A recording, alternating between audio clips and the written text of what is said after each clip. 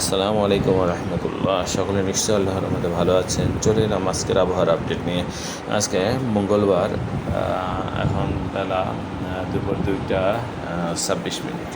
এই সময়ের আবহাওয়ার আপডেটে আপনারা দেখতে পাচ্ছেন আমরা যে ঘূর্ণাবর্তর কথাটি বলছিলাম, আজকে দেখুন অলরেডি 27 তারিখে সেটা রূপ নিয়েছে। এই যে ঘূর্ণাবর্তটি বঙ্গোপসাগরে, এবং প্রচুর পরিমাণে মেঘের সমাগম ঘটেছে বঙ্গোপসাগরে, এবং সেই সাথে সাথে সেই মেঘটাই থেকেই বর্তমানে বাংলাদেশের উপরে দক্ষিণ এবং উত্তর পশ্চিম অঞ্চলে প্রচুর পরিমাণে মেঘ হচ্ছে। কোথাও কোথাও মেঘ হয়ে সাথে সাথে বজ্রবিদ্যুৎ ঝড়ো হাওয়া এবং বজ্রবিদ্যুতের সাথে বৃষ্টি হচ্ছে বেশ প্রচুর পরিমাণে কোথাও কোথাও। এবং সারা বাংলাদেশেই আগামীকালের মধ্যে ম্যাক্সিমাম অঞ্চলে বৃষ্টিপাত দেখা দেবে। যেমন দেখুন, আমরা 24 ঘন্টার যে তাপমাত্রা বৃষ্টির অবস্থা সেটা একটু দেখি। বৃষ্টির পরিমাণ দেখুন, মেঘের পরিমাণটা একেবারে কী অবস্থা। এখন দেখুন ঘূর্ণাবর্ত এলাকায় কী পরিমাণ মেঘ হয়েছে, এবং সেই এলাকায় বৃষ্টি অলরেডি হচ্ছে। এবং আমাদের বাংলাদেশের খুলনা অঞ্চলে, আমাদের সমুদ্র তীরবর্তী অঞ্চলগুলি বৃষ্টি হচ্ছে। খুলনা বিভাগের শ্যামনগর, এইসব দেখেন, এইসব অঞ্চলে সব বৃষ্টি হচ্ছে আর এবং মেঘ আছে। আমরা দেখি আপনার 12 এই দেখুন এইসব অঞ্চলে শ্যামনগর, মাঠবাড়িয়া, মংলা, সাতক্ষীরা,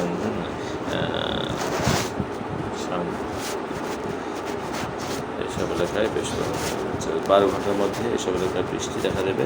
এবং পরবর্তীতে 24 ঘন্টার মধ্যে দেখুন বাংলাদেশের অনেকাংশেই বৃষ্টি দেখা দেবে 24 ঘন্টার মধ্যে। তার মানে আগামীকালকের মধ্যে ওটা পূর্ণাঙ্গ ঘূর্ণিঝড়ের রূপ নেবে। আমরা দেখি বৃষ্টির পরিমাণ কী অবস্থা। দেখুন আমাদের বাংলাদেশের যে এলাকাগুলোতে এখন এই মুহূর্তে বৃষ্টি, সেখানে হালকা বৃষ্টি হচ্ছে।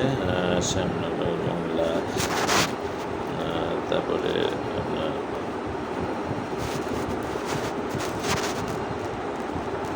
আর এখন মেহেরপুর অঞ্চলে বেশ খানিক ভারী মেঘ দেখাচ্ছে, এবং সেই সাথে সাথে বৃষ্টিও দেখাচ্ছে। মেহেরপুর, তারপরে দামোদরদা, দর্শনা, কোটচাঁদপুর, এসব এলাকাতে বেশ খানিক বৃষ্টি হচ্ছে। এই মেঘটাই দেখা যাচ্ছে আস্তে আস্তে পরবর্তীতে আমাদের এটা কলকাতার দিকে চলে যাবে। কলকাতার দিকে চলে যাবে। তো পরবর্তীতে আপনার কিন্তু বঙ্গোপসাগরে দেখুন প্রচুর পরিমাণে বৃষ্টি হচ্ছে, এবং ঘূর্ণাবর্তেরও সৃষ্টি হয়ে গেছে। আপনারা লক্ষ্য করেছেন যে